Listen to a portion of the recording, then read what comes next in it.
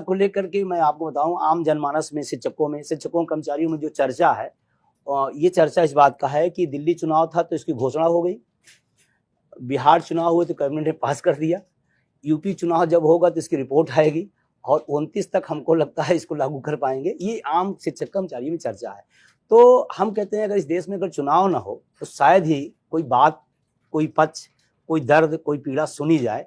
तो आसान्वित तो हम लोग बहुत हैं कि केंद्रीय जो वेतन आयोग आए तो वेतन का जो स्ट्रक्चर होगा, अगर छठा वेतन जैसा कुछ होता है तो बहुत बेहतर है, लेकिन अगर सातवां वेतन जैसा होता है तो फिर वो बस हो जाएगा कि हाँ मिल गया, लेकिन क्या मिलेगा ये कुछ पता नहीं। तो आप थोड़ा एलिब्रेट करेंगे, 6 पे कमीशन में क्या मिला जो 7th में नहीं था? देखिए, जो फिटमेंट्स फैक्टर होता है जिसके आधार पर निर्धारित होता है पूरा वेतन आयोग, एक कर्मचारियों के अंदर एक चर्चा है, अगर वो 3 के आसपास रहता है तो हमारा कुछ न कुछ भला हो जाएगा। अदरवाइज अगर उससे नीचे आता है फिटमेंट फैक्टर तो फिर निश्चित रूप से बस ये है कि चलो ठीक है, कुछ नहीं तो कुछ मिल गया, इतने मतलब होगा। छठा वेतन आयोग में जिन लोगों के स्ट्रक्चर चाहे नीचे से लेकर टॉप टू बॉटम की बात मैं कर रहा हूँ, सबके वेतन में अच्छी खासी वृद्धि हुई थी। 7वें में बड़ी उम्मीद थी कि कुछ होगा, लेकिन शायद विज्ञापन ज़्यादा हुआ, मिला कम।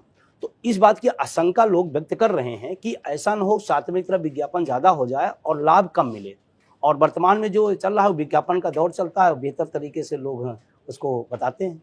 तो आप कर्मचारी संगठनों के बीच में या जो भी लोग सरकार से जुड़े हुए हैं, आपके बीच में क्या चर्चा है कि कितना फिटमेंट फैक्टर हो सकता है? देखिए, अगर संभावित कर्मचारियों के पक्ष से है तो ये उम्मीद बांधी जा रही है कि 3 तो रहना ही चाहिए, ये उम्मीद बांधी जा रही। लेकिन अब सरकार क्या करती है, अभी उसमें देखिए कितनी लेटलतीफी हो रही है। इस बात को लेकर थोड़ा सा लोगों में आक्रोश भी है कि अब तक, क्योंकि मैं नहीं, जो अर्थशास्त्री हैं, जो जानकार हैं इस विषय के, वो कहते हैं कि किसी वेतन आयोग बनाने में कम से कम 1 से 1.5 साल, मतलब वो टाइम लगता ही लगता है। एक सिस्टम है उसको डेवलप करने में पूरा 1 से 1.5 साल। और आज हम 26 नवंबर बैठे हैं और नियम से 1 जनवरी 26 से लागू होना चाहिए।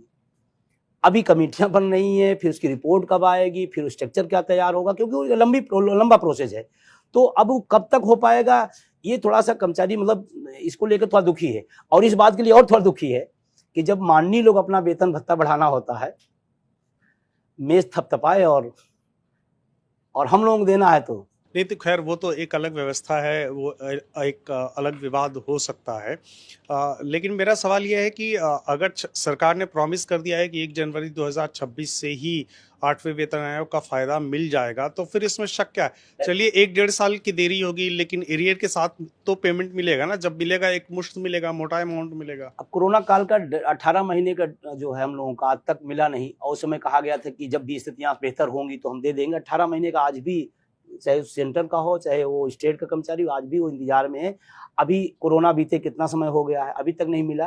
तो बहुत ज्यादा तो आसान्वित नहीं है, लेकिन मिल जाए तो अच्छी बात है, स्वागत करता हूँ। एक चर्चा ये भी चल रही है, आप उसकी पुष्टि कर सकते हैं कि जो 69 लाख पेंशनर्स हैं उनके लिए ये पे कमीशन कुछ काम नहीं करेगा, जो सर्विंग एम्प्लॉयज़ हैं उनके लिए ही काम करेगा। और जो शिव गोपाल जी हमारे साथ पिछले हफ्ते आए थे, तो उन्होंने भी TOR को लेकर काफ़ी अपनी आपत्तियां जताई थी।